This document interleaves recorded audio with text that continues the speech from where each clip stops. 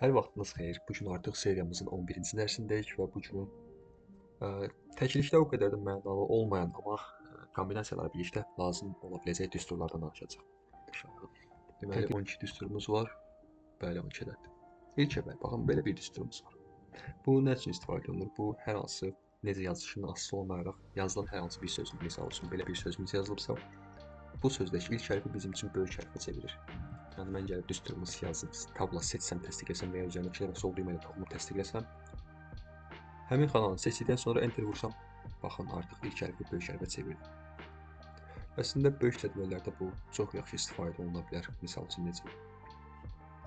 Deyim ki, bir çox yazılmış sözlərimiz var. Və artıq bunların hamısını çevirmək istəyirsə, o zaman gəlib düsturumuzu yazırıq. Tab vurdum və ya 2 düyməli sol düyməyə təsdiqlədim. Bütün sözləri seçməyim kifayət edəcək ki, enter vurum. Və baxın, artıq bütün sözlərin ilk hərfləri mənim üçün böyük hərflə yazıldı.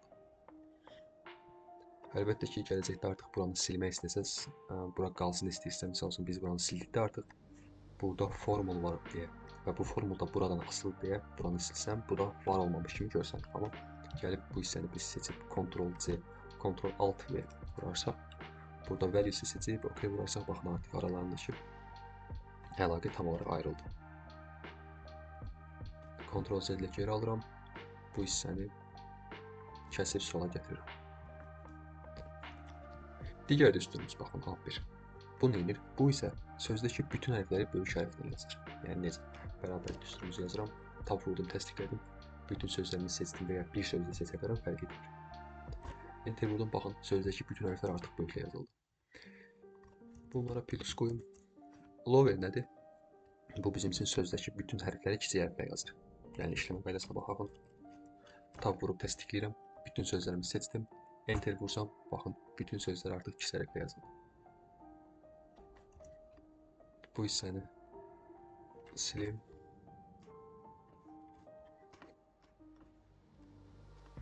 Ardınca, baxın, bizim burada belə bir düsturumuz var, len. Len neyinir? Sözdəki bizə karakter saylarını verir. Bu biraz mənasız görünsə də sizin üçün, amma əslində elə deyil. Baxın, 5, 5, 4 göstərir, amma burada bir boşluq olsa, baxın, 6. Biz bunu normalda adi gözümüzlə görmürük, amma düstur bunu bizim üçün göstərir. Len bizim üçün oldu karakter sayları. Left nədir? Left bizim üçün, belə deyək ki, mənası sol deməkdir. Soldan neçə hərf götürəcəyimizi bizim üçün qeyd edir. Yəni necə? Bərabərdir. Düsturumuzu yazıram, tabla təsdiqlədim, metrimi seçdim. Nöqtə vergül və ya bəzi kompüterlərdə artıq bu vergüldür. Məndə hal-hazırda nöqtə vergül göstərir deyə nöqtə vergül qoyuram. Nöqtə vergül qoydum. Misal üçün deyirik ki, bizə ilk 3 hərfi lazımdır. Deyirik ki, bizə ilk 3 hərf lazımdır. Enter vursam. Baxın, E, X və C hərflərini gətirdik. Deyə bilərsiniz ki, bu neyimirik? Böyük cədvəllərdə filtr verdikdə çox lazım olur bu düstur. Eyni formada right'ımız var. Bu neyinir bizim üçün? Bu da bizim üçün sağ tərəfdən gətirir. Yəni necə? Bərabər düsturumuzu yazıram. Tab vurdum, seçdim. Nöqtə vergül deyək ki, 2 yazıram. Və baxın, E və L hərflərini gətirəcəm. Niyə L-i gətirdi? Çünki bizim burada bir boşluğumuz var. Baxın, E hərfini gətirdim. Deməli, boşluğu da sayırım. Ardınca bizim reptimiz var. Bu neyinir? Bu eyni sözdən bir neçə dəfə təkrar yazdırır. Yəni artıq neçə təkrar yazdıracağına biz qeyd edirik. Sözümüzü seçdik, nöqtə vergülümüzü qoyub düsturumuzu yazıram. Sözümüzü seçdik, nöqtə vergülümüzü qoyub deyirəm ki, misal üçün 5 ədəd bu sözdən yazdır. Baxın, bir-birinə bitişik formada 5 ədəd yazdırdı. Burada belə bir vacib düsturumuz var. Bu düstur əslində çox lazım olur. Bu nədir? Bir-birini müqayisə etdirir. Biz bilirik ki, Excel-də bir true var, bir də false var. True, bir də false. True 1'dir, false 0'dır. Baxın, buraya indi 2 söz yazıram. Biri olsun Excel, biri də olsun yenə Excel yazıram. Baxın, normalda biz adi gözlə baxanda bu sözləri bərabər görürük. Amma Excel bəzən bu sözləri fərqləndirə bilir. Necə? Baxaq, düsturumuz nədir? Yazıram bura. Tab vurdum, təsdiqlədim. Baxın, text 1'i seçdim. Digər text 2'ni seçdim.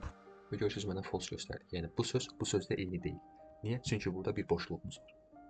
Bunu bir neçə yolla yoxlaya bilərik. Dedi ki, bizə len neyinidir? Karakterləri göstərirdi. Gəlin indi altında leni yoxlayım. Baxın, bu sözü seçirəm, enter vurdum. Burada 5 karakterimiz var, bərabərdir. Len, burada 6 karakterimiz var. Deməli burada harasa boşluq düşüb. Bu boşluğun birini silir. Baxın bu true oldu. Bunlar da 5'e qaldı. Sadəlikdə bir o qədər mənası olmasa da düsturlarla kombinasiya olunanda həddindən artıq çox istifadə olunur. Bu hissəni də silirəm və gəlib buna da bir alsam. Deməli ardıcıllığımıza davam edirik. Artıq digər düsturumuz budur. Bu düsturun nə üçündür? Əslində bu düsturla bu düstur təqribən eynidir. Sadəcə fərqli formatlarda eyni prosesi yerinə yetirirlər. Əslində Replace əvvəl yaranmışdı, Artica isə o qədər də yetərli olmadığı üçün bu düsturumuz yarandı, yəni güncəl formasında. Düstur nə işə yarayır? Necə işləyir daha doğrusu? Gəlib düsturumu yazıram. Formulumu tabula təsdiqlədim. Baxın ilk hissəmizdə bizə deyir text. Gəlib yəni mətnimi seçirəm, nöqtə virgül qoyduqdan sonra. Baxın alt text deyir. Və alt text deyirsə artıq mənə deyir ki, nəyi dəyişmək istəyirsən bunu. Və burada necə yazılıbsa böyük kiçik hərflə fikir verərək mən də yazıram. Dırnaq içində yazıram əlbəttə ki, bütün tekstlər dırnaq içində yazılır. Artıq ikinci hissədə mənə deyir ki, new text, yəni deyir, nə ilə əvəz etmək istəyirəm. Deyirəm ki, misal üçün, hətta Azərbaycan hərflərindən istifadə edeyim. Deyirəm ki, ş hərfi ilə əvəz etmək istəyirəm. Və artıq enteri vurarsam, bax, mənim üçün bu formada bir dəyişiklik etdi. Bir daha göstərirəm, bərabərlik yazdım.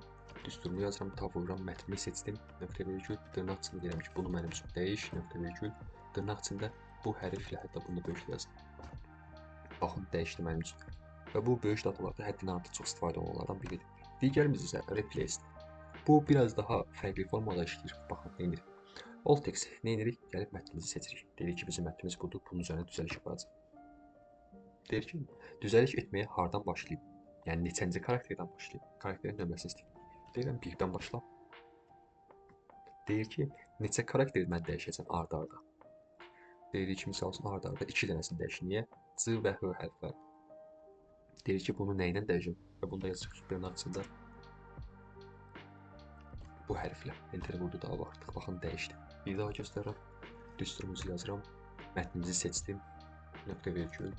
Deyir ki, hansı hərfdən başlayıram dəyişməyə? Neçənci hərfdən başlayıram? Deyirəm, 1-dən başlayırsan. Deyir, neçə hərf davam etdirim bunu dəyişməyə? Deyirəm, 2 hərf dəyişəcəksən. Və sual verir ki, nə ilə dəyişəcəm? Deyir ki, bu hərflə dəyişəcəksən. Enter vurdu da artıq görürəm ki, mənim üçün bu 2 hərfi bir hərflə əvəz etdi. Bu düsturlarımız da hazır. Digər düsturumuz var, Unix. Həddindən artıq çox istifadə olunan nadir düsturlardan biridir. Tək nüansı odur ki, Word, yəni Office proqramlarının 2019 və üst səviyyələrində işləyir, 2016-da artıq yoxdur. Bu neyinir? Mənası nadir, yalnız deməkdir. Bütün təkrarları yox edir, yəni necə? Deyək ki, belə bir cədvəlimiz var. Baxıram ki, misal üçün burada bizim kateqoriyalarımız və neçə ədəd fərqli kateqoriyamızın olduğunu tapmaq istəyirəmsə, baxın. Gəlib Unix-lə tab vurub təsdiqləyib, bütün sütunu seçdikdən sonra, hətta kateqoriyanı seçin. Bütün sütunu seçdikdən sonra baxın göstərir ki, 3 kriteriyamız var. Əlbəttə ki, bu sayı uzun ola bilərdi. Kombinasiyada bunu daha da rahatlaşdıra bilərik. Yəni, count A-mız bunun daxilinə biz Unix atarsaq, baxın artıq kombinasiyalardan danışır. Və enter vurduqda baxın bizə göstərir ki, 3 fərqli məhsulumuz var. Və əlbəttə ki, bu bitkilərdən danışacaq, yəni kombinasiyalardan danışacaq. Hələ ki, biz sadəcə düsturlarımızı öyrənirik. Baxın, Unix neçə ayımız var, fərqli formada yazılan neçə ayımız var. Enter vursam, göstərir ki, mart, yanvar, fevral, yəni 3 ayımız var. Burada bir plus qoyuram. Now nədir? Bizim hal-hazırda olan zamanı tam formatda yazdırır. Yəni necə? Bərabər düsturumuzu yazıram. Tab vururam, təsdiqlənir və sadəcə mötərizəni bağlayıb enter vurmam kifayətdir ki, mənə zamanını yazdırsın. Bu xəta deyil əslində, bu sadəcə məlumat xanaya yerləşmir mənasını verir. Baxın, avtomatik olaraq mənə bütöv saatı yazdırdı. Sadəcə tarix deyil, həm dəqiqəni, həm saatı yazdırdı, bütün tarixi yazdırdı.